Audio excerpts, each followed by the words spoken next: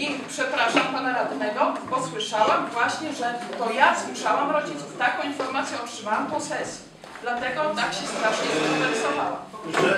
Że pani powiedziała, ja tego nie powiedziałam, tylko mnie bulwersowało to, że jak można w szkole wyłożyć listę, że pani tu podpisze, No ja o tym bardzo mi przykro, ale proszę zapytać nauczycieli, pracowników.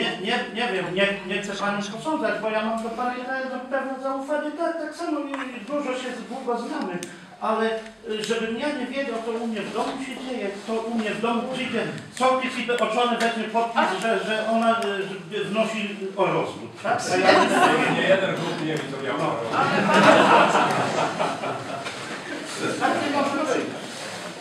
O to tylko chodziło, że ja zmuszałam kogokolwiek i tak, ma pan rację, to pewnie moje niedopatrzenie, że nie wiedziałam, że ta lista jest w szkole. To jest mój błąd.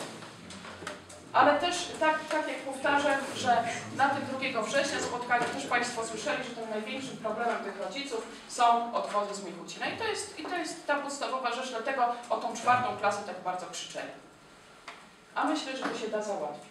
Już teraz, no mówię, współpracujemy, rozmawiamy, chcemy pokazać dzieciom, żeby to przejście było łatwe i łagodne.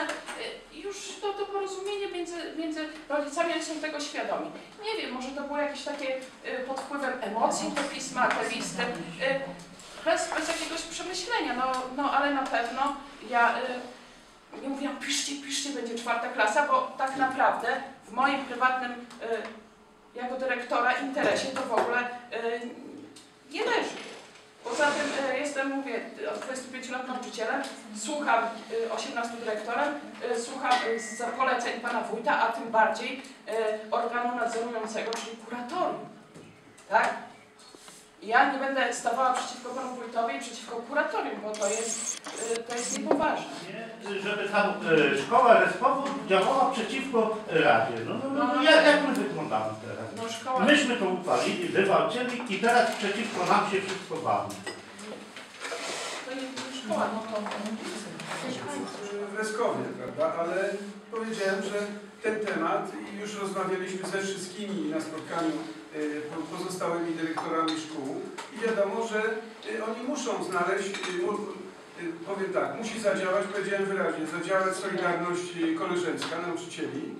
Tym bardziej, że ja teraz wiem, że nie wszyscy nauczyciele chcą, że tak się wyrażę, dodatkowych godzin, bo na przykład najpierw się zadeklarowali, że w projektach będą uczyli pewnych przedmiotów, potem się wycofali z tego, więc skoro nauczycielom nie zależy nam na godzinach i na tym, to tym bardziej muszą ustąpić trochę ze swoich godzin i ci nauczyciele, być może nie w jednej szkole, ale znajdą pracę i muszą znaleźć pracę. Także jeśli chodzi o kwestię pracy dla nauczycieli, to oczywiście na te 2 lata, prawda? Po 2 latach to wiadomo, że per saldo, jak zabraknie 4 oddziałów w 2 gimnazjach, w Michucinie i w tym, no to oczywiście będzie około 10 etatów, tak można powiedzieć, i wtedy nauczyciele będą mieli problem.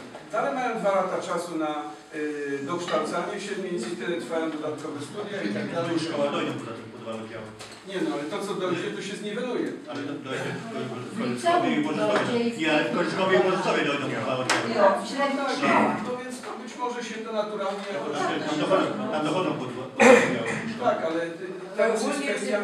Nie, to jest generalnie, to jest problem wynikający z reformy, szczególnie jeśli chodzi o nauczycieli przyrody, że nie ma nauczycieli z tymi kwalifikacjami. To jest, dlatego związki zawodowe protestują przeciwko tej reformie, że część nauczycieli nie będzie miała kwalifikacji na przykład do nauki przyrody.